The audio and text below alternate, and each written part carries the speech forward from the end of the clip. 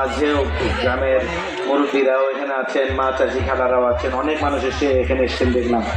প্রত্যেকে হাসছিলেন, আনন্দ বিনোদন করছিলেন। এর থেকে বড় পাওয়া আসলে কিছু নাই।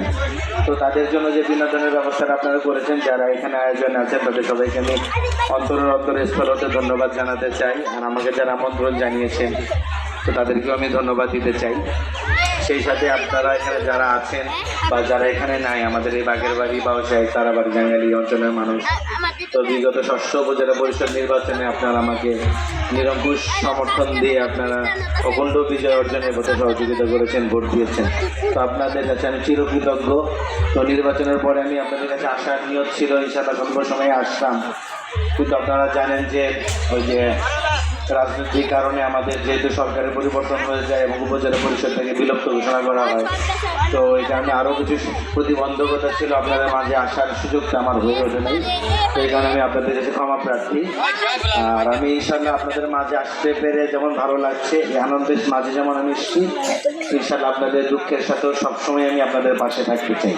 তো দয়া করে আপনারা আমাকে সে পাশে থাকার সুযোগ দিবেন।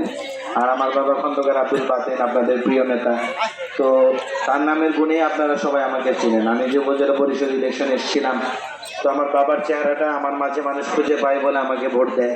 আমিও চেষ্টা করেছি আমার বাবার মতো আপনাদের কাছে আসার। তো আমারও যদি ভুল ত্রুটি থাকে আপনারা আমাকে ক্ষমা করবেন। আর আমার বাবার জন্য আপনারা সবাই দোয়া করবেন যাতে আমার আব্বাকে আল্লাহ পরকালে জান্নাত নসিব করেন, কবরে আযাব হয়ে থাকলে আল্লাহ যেন সেটা মাফ করে দেন।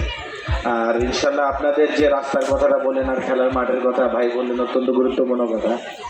তো এখন তো আমি পরিষদে নাই, আপনারা জানেন, বাট আমি পরিষদে থাকি বা না থাকি যাতে কিছু যায় আসে না, আমি আপনাদের সাথেই আছি।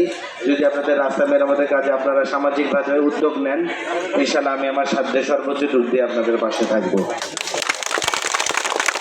আর খেলার মাঠকে নিয়ে যে কথাটা বলা হয়েছে, তো খেলার মাঠ নিতে হলে তো জমি লাগবে। তো জমি তো সরকার থেকে, তো আর এখানে সরকারি জমি থাকলে না হয় একটা বিষয়, যেহেতু এই চাকলে এদিকে সরকারি জমি সম্ভবত নেই, তো সেক্ষেত্রে তো আমাদের নিজেদেরই জমি দিতে হবে, তাই না? আবার জমি দিতে গিয়ে তো একজনের ক্ষতিও করা যাবে না, কেউ না কেউ তো সেই জমির মালিক। তো তাকে সে যদি